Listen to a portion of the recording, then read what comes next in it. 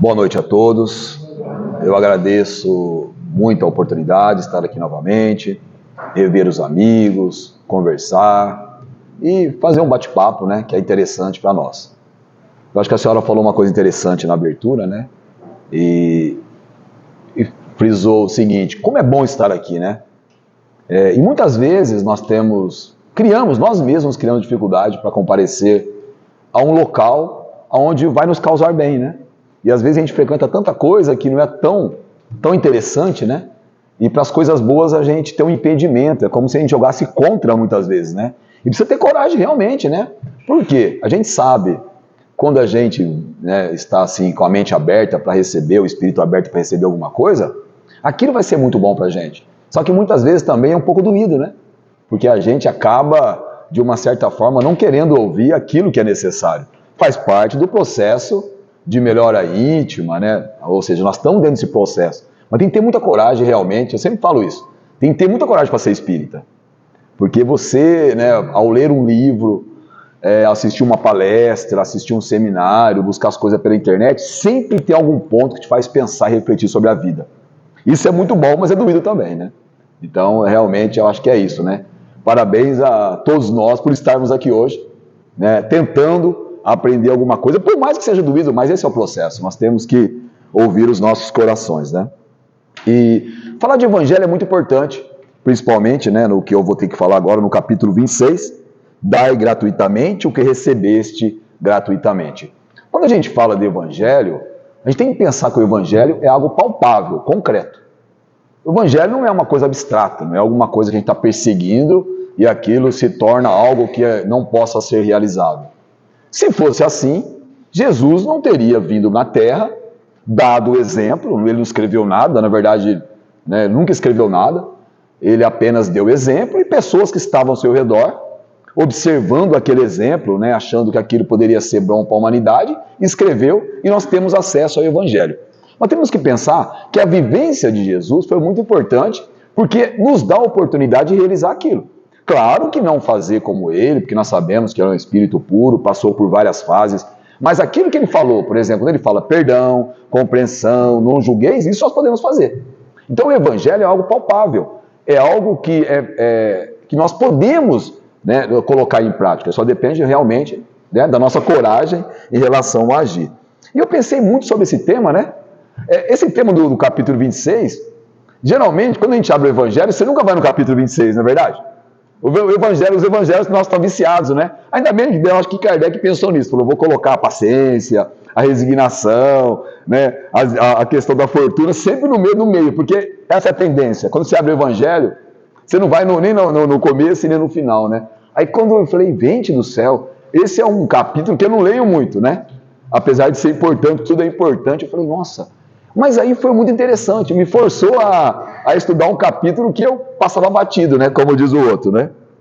Aí eu pensei, dai gratuitamente o que recebeste gratuitamente. Mas o que nós recebemos gratuitamente da vida? Nossa, foi só falar e parece que as coisas começam a fluir, né? Aí eu pensei, quanta coisa que nós recebemos, né? Primeiro o corpo físico, olha só, é grátis, né? Um corpo perfeito. Eu imagino os engenheiros siderais, aquelas pessoas que bolaram, né, que pensaram no corpo, é uma coisa perfeita. Tudo bem, de vez em quando dá um defeito, né? Dá uns problemas, porque nós mesmos criamos esses defeitos a partir do momento que você recebe um corpo de graça e você acaba destruindo ele, né? Através dos vícios, né, dos problemas, né, da alimentação, a gente acaba destruindo. Mas é algo que nós recebemos de graça. E olha a responsabilidade que nós temos em manter ele, né? Olha só, então já começa pelo corpo. Nós estamos aqui, necessitamos do corpo, somos espíritos, mas precisamos desse corpo para passar pelas provas da vida, né? E outra coisa que também é a inteligência, né? Olha só a capacidade que nós temos também de ter inteligência para refletir, para pensar. Olha o homem onde o homem chegou, né? Olha quantas coisas que nós conquistamos. Se a gente for pensar, eu dou aula de história, né? Então eu trabalho as fases da história, né? Então a gente começa a pensar, imagina naquela época a pessoa esfregar 2 pauzinhos para poder fazer fogo, né? Olha, depois disso, né? Quantas coisas mudaram no mundo, as facilidades que nós temos, ficou mais fácil para tudo, para cozinhar, para estudar, né? Para para viajar. Então, olha quantas coisas que nós recebemos. Isso tudo veio do quê? Da inteligência, que Deus nos dá também de graça. E é só usar, né? E também tem gente que não usa e vai ter problemas também em relação a isso, né? E outra coisa também, o livre-arbítrio. Nós podemos escolher a nossa vida. Não existe uma imposição divina. Existe uma consequência, não existe? Né? Como Paulo falou, tudo me é lícito, mas nem tudo me pertence, né? Ou seja, nem tudo me convém. Mas você pode usar. E nós usamos o livre-arbítrio de acordo com nossos interesses. Claro que muitas vezes nós, de uma certa forma, ainda usamos mal, né? E vai gerar consequências. Que nós temos que depois fazer o quê? Ainda bem que depois tem o quê? Mais uma dádiva divina, a reencarnação, que vai nos dar a oportunidade de corrigir o quê? Os erros, de graça, né? Ou a gente paga para reencarnar? Não paga não, chega lá, quem assistiu o nosso lar? Tá aqui, tá aqui, né? Quem assistiu o nosso lar 2, né? A gente viu ali a dificuldade que os espíritos têm para nos convencer a manter a rota, né? Impressionante, né? Você está dormindo, né? Leva você e fala, e aí, você esqueceu a tua missão? Volta lá e faz as coisas. Lembra no filme, né? As pessoas do centro espírita esqueceram todas as missões, né? E é um filme para os espíritas, na verdade, né? Ali mostra as falhas, né, dos espíritas em relação a isso. Quanta coisa que nós recebemos em relação a isso. O que mais? A natureza que nos dá, né? A água, o sol, as plantas. Você coloca uma semente na terra, de graça aquilo vai nascer. É impressionante o que a natureza, né, nos fornece, né? A alimentação, a água, né, o remédio, a matéria-prima. Então tudo trabalha a nosso favor. A educação que nós recebemos. Eu fiquei pensando, preparando essa palestra, imagina só o mérito de uma pessoa e o mérito nosso em receber e aprender a ler e escrever. É fantástico, a gente não valoriza isso, né? Imagina aquela professora que com muita dedicação ensinou a ler e escrever. Quando você aprende a ler e escrever, o mundo se abre, é outro mundo, não é? Eu lembro quando a gente é criança, você olhava aquelas letras, não entendia nada, e você, quando começa a ler e escrever, você tem acesso ao mundo, parece que a mente abre. Quer dizer, nós recebemos isso de graça também. Alguém se dedicou muito para fazer a gente a ler e escrever. Até pensei na minha professora. Até lembrei de fazer uma prece para ela. A gente não esquece disso, né? Aquela professora que com muito cuidado pegava a nossa mão, nos ensinando a ler e escrever. Que compromisso de uma pessoa dessa, né? Fazer essa oportunidade para nós aprender a ver o mundo, né? E a afeição dos nossos pais, que nós tivemos, que nos deu oportunidade. Claro que nós sabemos que nem todos os pais são perfeitos, mas nos colocaram no mundo já é uma grande vantagem, né? Já é um grande mérito, nos dá essa oportunidade, né, de estar no mundo, né? Os amigos, como é bom ter amigo, né? Amigo é de graça, né? Amizade é de graça. Nós recebemos amigos e com o coração que nós cultivamos uma amizade para a vida inteira. Às vezes tem mais amizade fora da família do que na família. A gente não sabe como esses amigos vieram no tempo, né? Talvez não estão na família consanguínea, mas estão próximos dos nossos corações. Que bom que é a amizade, uma amizade verdadeira, né? Não custa nada, de graça, né? Olha só quantas coisas. A oportunidade de trabalho que nós temos, ou seja, né, você vai ter uma ferramenta de trabalho, você pode ser várias profissões que você vai o quê? Se dedicar ajudando os outros. Olha que importante, apesar do trabalho a gente receber a remuneração, mas olha o nosso compromisso de fazer um bom trabalho, né, perante aos nossos irmãos, tá? E, né, o sustento, né, do dia a dia. Então olha só, né, quantas coisas que nós recebemos. Quantas coisas que nós temos a oportunidade de usufruir de graça, né, praticamente, né? Então nós reencarnamos nesse mundo com a missão de ficar melhor. E usar esses recursos, tudo que nós recebemos, para o nosso quê? Para o nosso bem. Fazendo o bem, ajudando os outros, nós também estamos contribuindo o quê? Para a nossa própria melhora. É assim que funciona, né? Então é isso que quer dizer. Devemos dar de graça o que recebemos de graça. Não somos amados por Deus? Ele cobra alguma coisa? E qual que é o nosso objetivo, então? Amar também as pessoas. Claro que não vai ser aquele amor divino, né, que nós vemos aí muitas vezes, daqueles missionários das obras. Mas amar no sentido que de respeitar, compreender, aceitar as pessoas. Isso nós podemos fazer. Se Deus nos ama de graça, Ele não cobra nada para nos amar, nós temos o dever também de fazer o quê? De retribuir, amar as pessoas, né? Ou seja, no sentido que nos dá essa oportunidade de entender as pessoas como elas são. Isso é fundamental. Então, quando Jesus, então, continuando o capítulo, né, quando ele expulsa os vendilhões do templo, aquelas pessoas ali no templo estavam usando mal a fé. Não é só isso, né? Jesus chega ali e dá uma lição a todos. Eles estavam usando mal a fé. Será que também nós usamos... será que também em algum momento, né, nós não somos também os vendilhões do templo? Será que, o que é o templo? Nossa casa íntima, o nosso coração. Será que muitas vezes também nós desrespeitamos as coisas santas, né? Como aquelas pessoas, porque é fácil julgar. Quando você vê aquela parábola, né, dos vendilhões do templo, a gente fala, nossa, como é que pode essas pessoas aqui no templo de Jerusalém, né, mercandeando, comercializando as coisas santas? Mas e nós, no dia a dia? Será que também nós não comercializamos as coisas santas? Se recebemos coisas que são úteis para nós e para a humanidade de graça, e a gente, de uma certa forma, a gente age mal, nós ficamos também o quê? Nós somos vendilhões, né? Nós somos vendilhões do templo, no sentido que nós estamos o quê? Profanando o nosso templo interior, profanando o nosso coração, no momento em que não sabemos agir de forma o quê? Corretamente. É claro, é óbvio que nós não estamos aqui para... vai virar santo, como diz, né? Ninguém vira santo de uma hora para outra. A gente sabe disso. Por isso que a encarnação nos dá a oportunidade. Mas já que nós estamos encarnados, e principalmente, aí vem uma responsabilidade, somos espíritas, somos melhores? Não. Mas temos uma condição de entender melhor o que? As leis divinas, não é isso? Está aqui, ó. O Evangelho, né, segundo o Espiritismo, ele é destrinchado de uma forma que nos dá condição de entender aquilo que realmente Cristo veio falar, sem questão de ritual, né? Não estamos criticando as religiões, nós já passamos pelas religiões, não vamos esquecer isso, né? Com certeza, já passamos por todas as religiões que tinha na face da Terra. Se nós somos espírita hoje, alguma coisinha nós fizemos ali que nós merecemos isso, né? Mas também vai ser muito cobrado.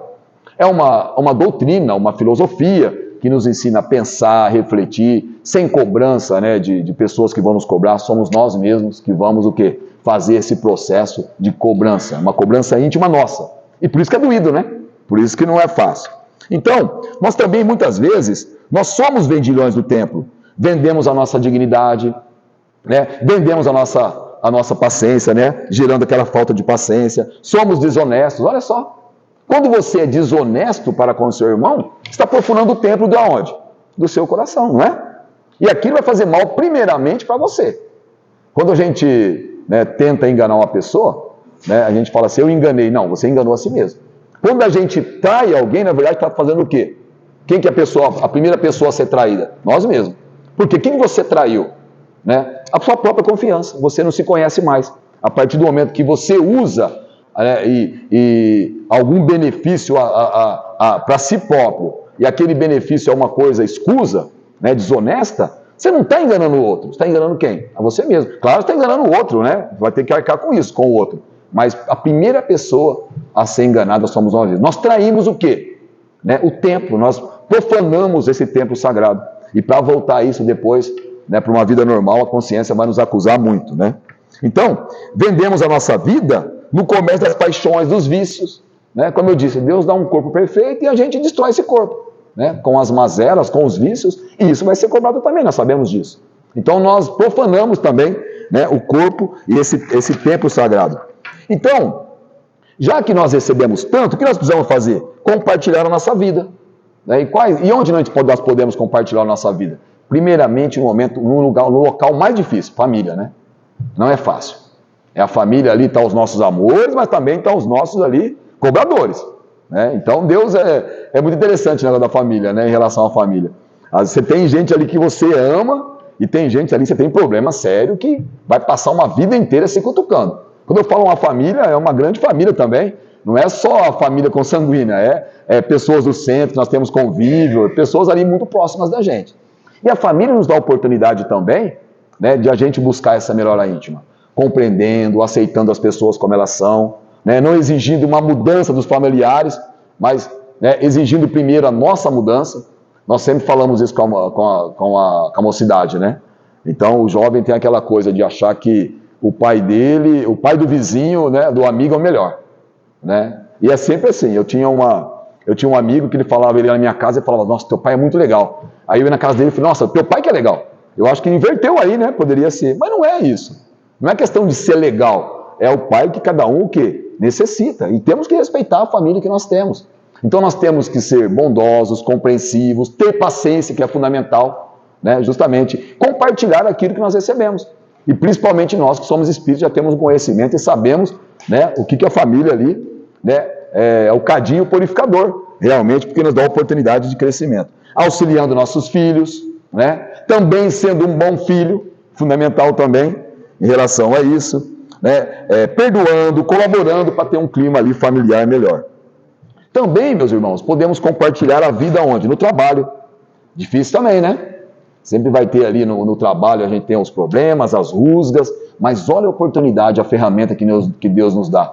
Né? Que ao trabalhar realmente, nós possamos ver o outro, né? Não como um cliente. O comerciante não pode ver o outro como cliente, mas como irmão. Antes de ser um cliente, o que é? O irmão dele. Você venderia alguma coisa, né, estragada ou alguma coisa quebrada para o seu irmão? Tem que pensar assim.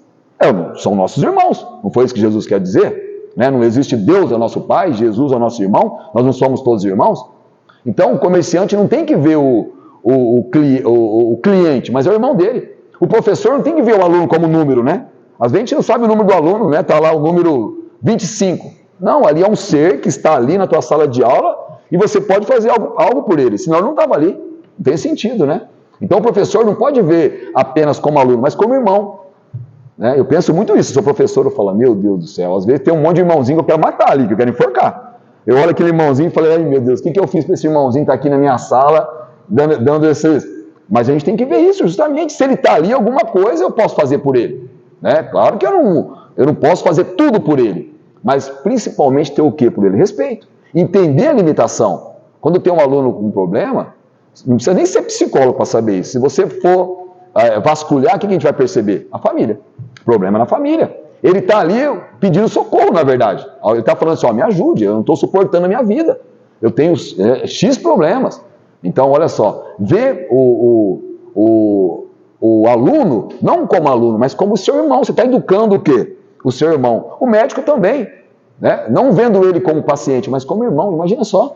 Fala assim, nossa, meu irmão está aqui. Né? Alguém ali próximo, né, da minha vida, eu vou fazer o melhor trabalho possível. Então Deus nos dá as ferramentas para ser professor, né, para ser médico, né, qualquer tipo de profissão. E nós temos essa ferramenta, uma oportunidade muito assim importante para poder o quê? Colocar em prática e ajudar nossos irmãos. São coisas que nós recebemos de graça. Né? Tudo bem, você estudou por aquilo, mas Deus vai te dar o quê? A oportunidade de usufruir de tudo isso, né? Então, não podemos ter apenas uma relação, né, comercial com as pessoas, mas uma relação de empatia. Né? E o mundo está precisando muito disso, nós percebemos, né? Como as pessoas estão precisando de empatia, de entender o outro, né? Está todo mundo nervoso, uma correria muito louca, né? Ninguém mais se entende. Está precisando alguém parar, refletir, né? Não julgar tanto as pessoas, né? Parar, acolher. O mundo está precisando de acolhimento, né? A gente tem essa necessidade de acolher nos setores públicos, nos setores privados, a gente percebe isso. E quando você é acolhido, né? Eu tenho um amigo que é médico, ele fala isso, ele fala que gosta de conversar. Parece que metade do problema da pessoa foi embora ali, quando ele senta com uma pessoa e conversa, porque a pessoa está precisando disso. Ela não está precisando ali só pedir um remédio, que é importante, mas ela precisa de um apoio, talvez ela precise conversar. Alguém olhando no olho da pessoa, né? E se preocupando com ela, a pessoa melhora. Ele falou assim que a pessoa já vai mais aliviada embora, até esquece o problema. Olha só, por quê? Nós estamos necessitados disso. Perdemos essa empatia. As pessoas conversavam mais, tinham mais contato. Eu vejo na minha casa, né? Tem esse problema também. Eu fico no celular, esse dia nas férias eu estava notando isso. A gente estava em 4 na casa, eu tenho 2 filhos, e a gente passava quase o dia inteiro sem conversar. Eu no celular, outro no outro, televisão para todo lado, computador, né? Virou aquela parafernália eletrônica. Aí eu falei, gente, peraí, vamos sair um pouco, vamos sair para a cidade, vamos comer um lanche, vamos conversar, vamos visitar alguém. Porque não acontece isso, você fica dentro do lar, todo mundo próximo e ninguém conversa mais. Impressionante isso, perdemos essa capacidade. Né? Antigamente era muito bom isso, né? O pessoal sentava, contava histórias, falava da vida, né? Não tinha muito o que fazer, né? Não tinha muito o que fazer, mas era bom, porque você tinha outras possibilidades de você se inteirar, né? Então, também devemos compartilhar na religião. Nossa, a religião é um meio importantíssimo para compartilhar, né? Principalmente no centro. Podemos vir no centro, fazer a nossa parte. Tem muito trabalho, né? Tem muito trabalho. Aqui vocês vão receber a doutrina espírita de graça, né?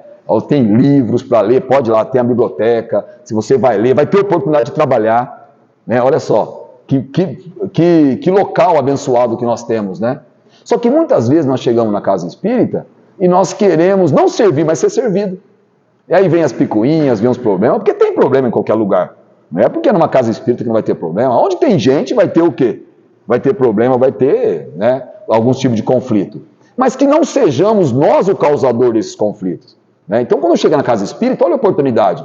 Chega e pergunta, posso trabalhar? Trabalhe em silêncio, realize, não se preocupe se você está fazendo ou não, né? Só que nós muitas vezes, né, nós não queremos servir, nós queremos ser servido. Estamos profanando um templo sagrado, que tem a oportunidade de fazer o quê? Nos dando uma oportunidade muito grande de aprender. Tem um amigo nosso lá de Jales, que ele está morando na França. Ele faz palestra, ele é espírita, foi lá, e ele faz palestra, mora numa cidadezinha da França. Ele faz palestra. Ele foi chamado para dar uma palestra em outra cidade onde ele estava, que era muito próximo ali, né? De brasileiros, tinha brasileiros e tinha franceses. E aí ele fez a palestra, né? Normal, fez a palestra, terminou, e aí a pessoa pegou um dinheiro e deu para ele, né?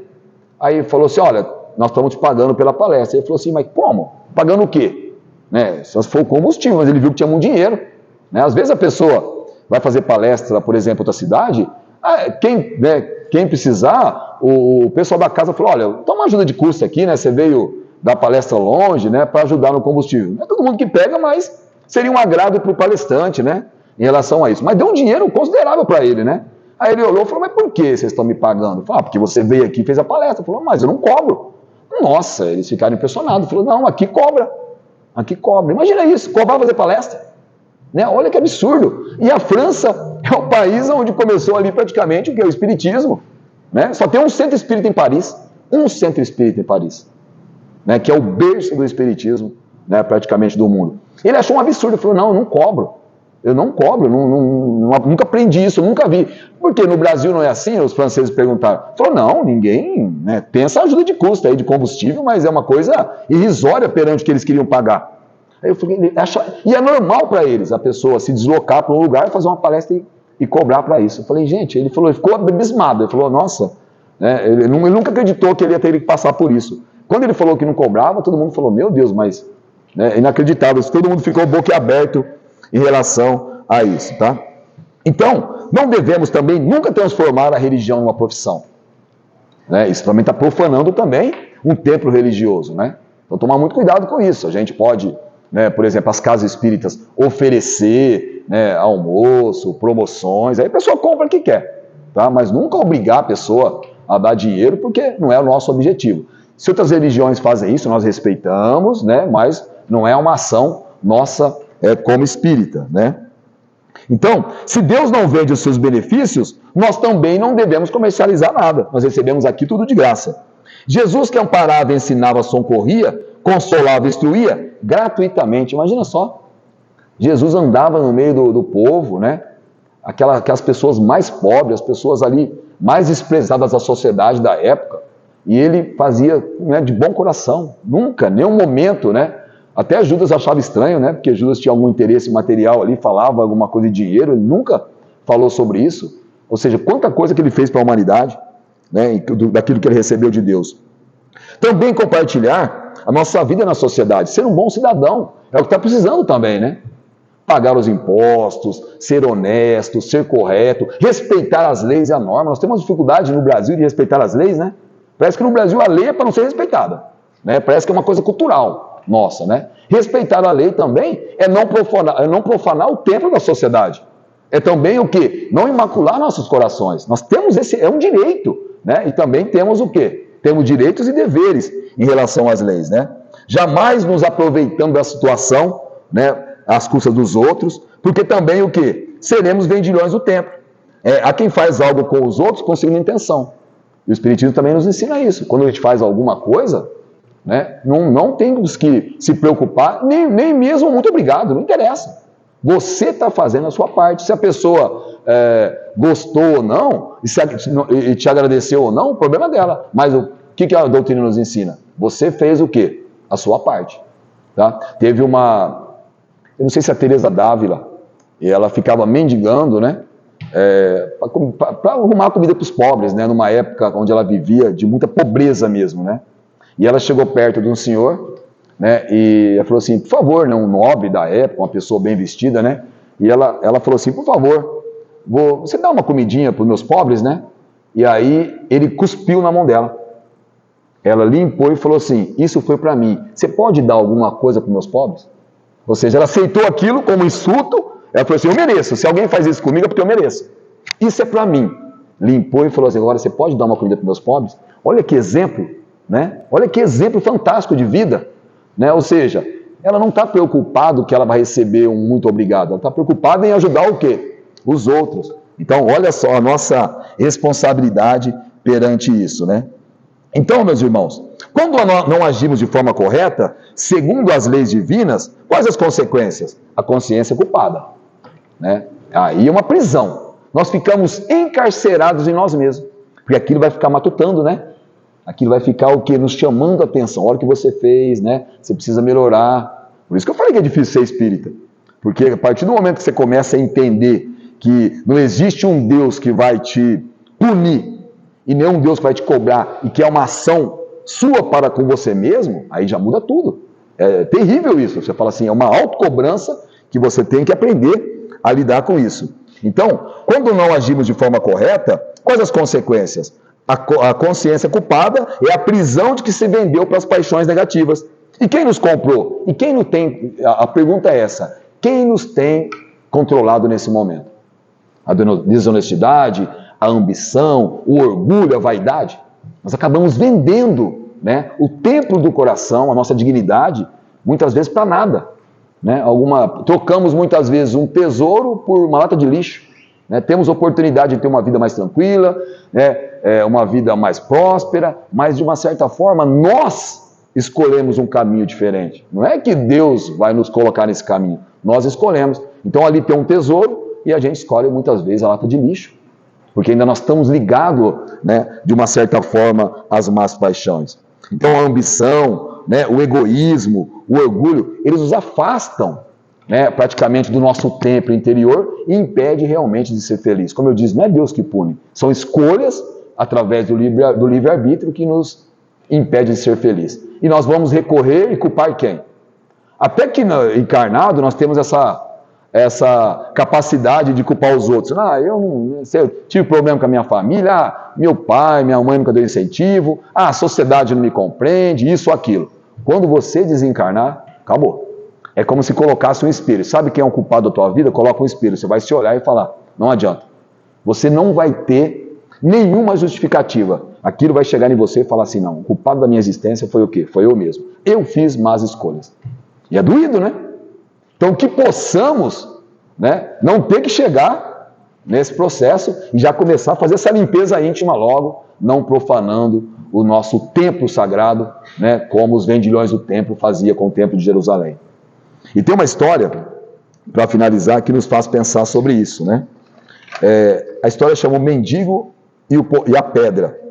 Havia certa vez um mendigo que passava o dia sentado numa pedra na beira de uma estrada, pedindo esmola.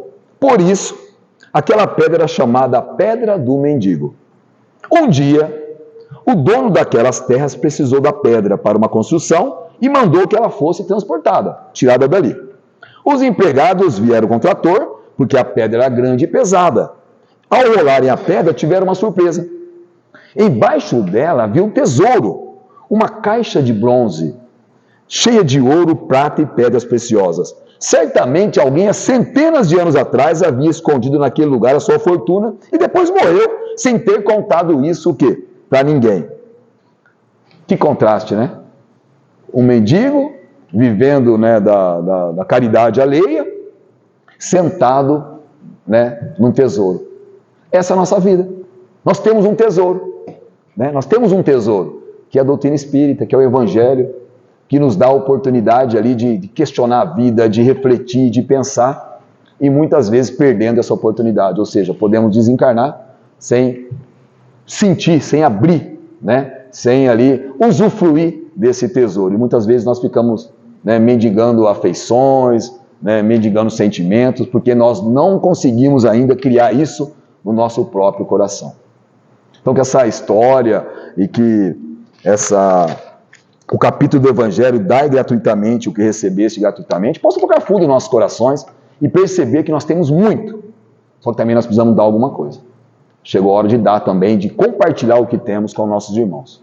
Então que Jesus nos abençoe, nos dê muita força, fé e perseverança para continuarmos o caminho. Que assim seja.